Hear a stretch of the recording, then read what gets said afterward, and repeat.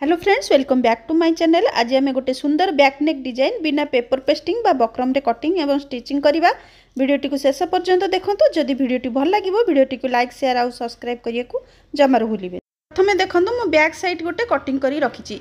तो एबे कौन हम आमर लंब देखो, आर लंब अच्छी 14.5 इंच। यहाँ आमर रेडी है 13.5 इंच होपर। आर शोल्डर अच्छी ये मोर 5.5 इंच।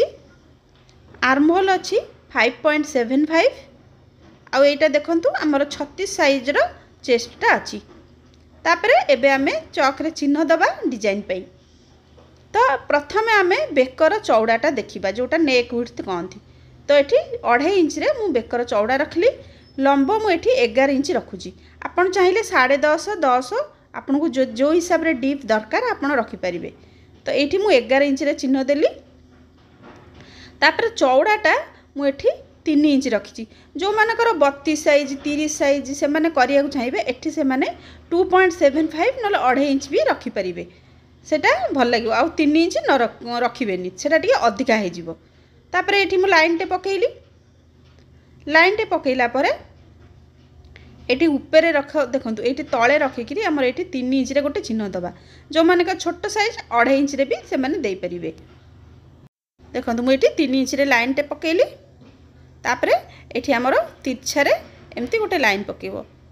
आपन को जदी किछि डाउट थिबो ताले मते कमेंट रे पचारिबे। मु तार मापटा आपन साइज कहि देले मु ना मापटा आपन को केते केते नेले भलो हबो मु कहि देबी। तापरे एठी हमरो गोल शेप दबा। देखो एठी गोल डिजाइन दे परिबे, पान शेप दे परिबे, मटका शेप दे परिबे, किछि भी शेप दे परिबे। ए डिजाइन टी को कटिंग कर दबा। आमे एटा बिना बुकरम बा पेपर पेस्टिंग रे आमे सेमती करवा।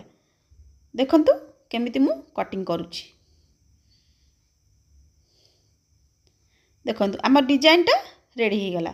एबे ताकू आमे ब्लाउज रो मेन कपड़ा ऊपर पकेकी, ब्लाउज रो ऊपर पटरे मेन कपड़ा रो ऊपर पटरे माने सीधा पटरे अस्त्र कपड़ा रखिबे। आ एमती जो डिजाइन टा जो हेची 1/2 इंच मार्जिन देकिरी आमे ए सिलेइटा करिबा। देखो तो मु पिन चारिकड़ जाक लगे देइची। आमर आ सिलेइटा एपट सेपट हबनी। तो ए डिजाइन चारिकड़े 1/2 इंच मार्जिन देकिरी आमे आकु स्टिचिंग कर दबा। आउ मन रखिबे सब बेले ब्लाउज रो सीधा पटरे अस्त्र कपड़ा रखिबे। तापरे सिलेइटा करिवे। ब्लाउज रे उल्टा पट्टे जमा भी रखिबेनी, ब्लाउज रो सीधा पट्टे रखिबे। जो माने नुआ सिखुचंती से मानको पे एटा गोटे टिप्स। देखो ये भाई भाव मु डिजाइन टे पूरा कटिंग माने स्टिचिंग टा कर देली। स्टिचिंग हला पर देखो मुझे गोल देखे देइछि। ए डिजाइन भाव हमर कटिंग हे जिवो। जो डिजाइन टा हेछि हमर ताकू कटिंग कर दबा। देखो ए भीतरटा भी आमे कटिंग कर दबा। आपण ध्यान से कटिंग करथुबे जेमती सिलाई कटि न जाए। तापरे चारि कड़ जाको आमे टिके टिके कट लगै दबा जेमती हमर सिलाईटा कटि न जाए। देखंतु ए कोणटा मन करी काटिबे, नाले हमर डिजाइन टे भलो शेप आसीबनी। कोणटे भल भाव कटिबे। तापरे ताकू आमे ओल्टै दबा।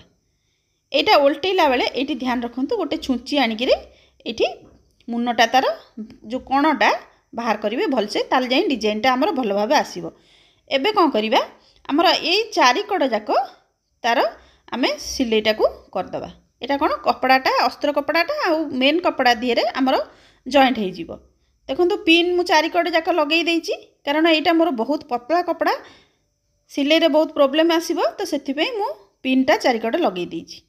तापरे एक्स्ट्रा कपड़ा गुड़ाक मु कटिंग कर देली। देखंतु ए एक्स्ट्रा कपड़ा गुड़ा कटिंग कर देली। तापरे देखंतु एटा को भलो भाबे आमे आयरन कर दबा। आयरन कला परे हमर जिंसटा हमर बेकटा भलो फिनिशिंग आसीबो। तापरे आमे एठी सिलाईटा करिबा। ए पूरा धारे धारे सिलाई आमे आ गोटे पकेबा। ए डिजाइन उपरे हमर धारे धारे सिलेइटे पड़िबो। बहुत इजीली आमे ए डिजाइन टी बनै दबा। आ बनी गला परे बहुत सुंदर देखा जिवो। देखंतु ए सिलेइटा हमर सरी गला।